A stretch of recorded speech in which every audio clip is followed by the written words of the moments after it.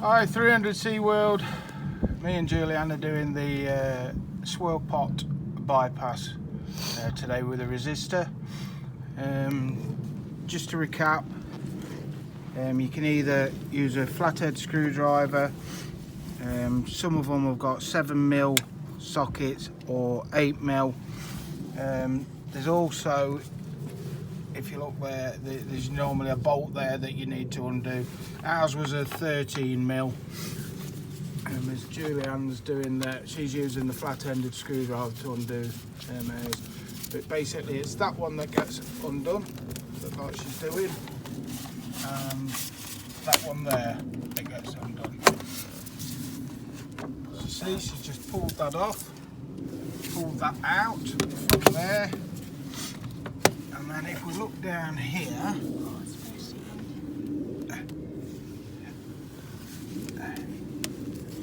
see where she's pointing, that is where the hole is, where the plug goes.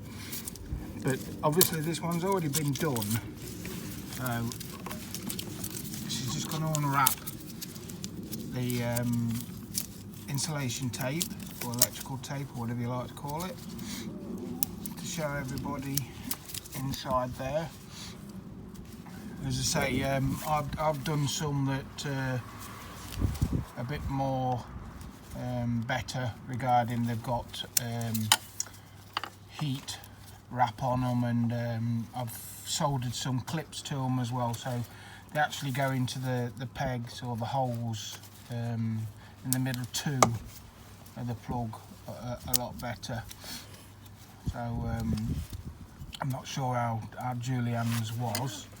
I know something that we forgot to get, which would be a sharp knife, which she's just shot off to get. So, well, hopefully, if she can find what's in the garage. But as you can see with this one, you can see the oil that's on it. Well, it's that actually causes the problem in the first place. It comes from the turbo, drips down and causes a problem with the electrics with the swirl flat motor. If I go quiet, it's because I'm going quiet. Yeah. Right. That's the type that Julianne's used. All she's done is, if you see, this is obviously a different type of resistor altogether, but it's still a 4.7 resistor, probably about a 2 to 5 watts. So she's going to pull that out. As you see, all it does is,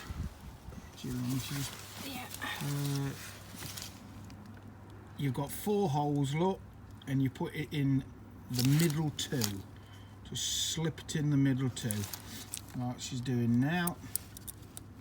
But as I say, this is a different resistor to what we've got, but as long as it's 4.7, between 2 watts and 5 watts, all's good. So she's shoved it back in, well, that one. We've got some insulation tape. Yeah, we'll be winding obviously the insulation tape all over it. It's basically to keep it nice and waterproof, and obviously if you can see the oil, keep the oil off of it as well. And once she's done that, she'll just put it back down into the V of the engine, not with that finger, but with that one. Oh my word, she's a naughty girl. And it's greasy. But when you put the black pipe back on, just here, there's an O-ring. You must make sure that goes in properly and does a seal. Because if you don't, see how she's shoving it in there, look. Your turbo won't be working as good as what it should be, basically. So yeah, that's it. 300 World. We're obviously going to put it all back together again now.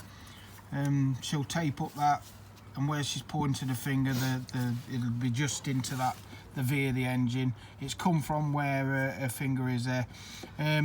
If you haven't had the mod done and you're needing the new mod, where she's pointing, you have to undo them two little bolts there. And then this one there, there's 4. Oh, there's 4 altogether, sorry. One there, 2 there, and one down there. Basically, that's a bracket that holds the plug in place. So you have to undo that to actually get the plug out for a start. And once you've done that and you've put the resistor in, taped it all up, pushed it all back in, refitted all the pipes and such like, cancelled the codes with a code reader, everything should be good. We should all work in. Basically, all it's doing is telling the engine management, the ECU, that it's working perfect. Now, I had a CRD, a 2010. Sean Franklin's got that one now. On holiday, the actual swirl flat went. Now, that is probably about 2 years ago, if I remember right. So it's had the resistor in for the last 2 years, and Sean's not had a problem with it. So it's not doing any problems to your engine at all with it being on. So no need to worry. So from me and Julianne, hope this helps everybody out. As I say, I'm starting to do some of them resistors, obviously a lot better than the one that Julianne's got in, a little bit more professional, protecting it a lot better. You're best to still put your insulation tape round, because you never know. And as you see that Julianne's is leaking oil, and she's got the dreaded oil cooler seal at the back of the engine that's gone, so that's another job that we'll probably have to do. So 300C World from me and this beautiful woman here. Love you all, and good driving.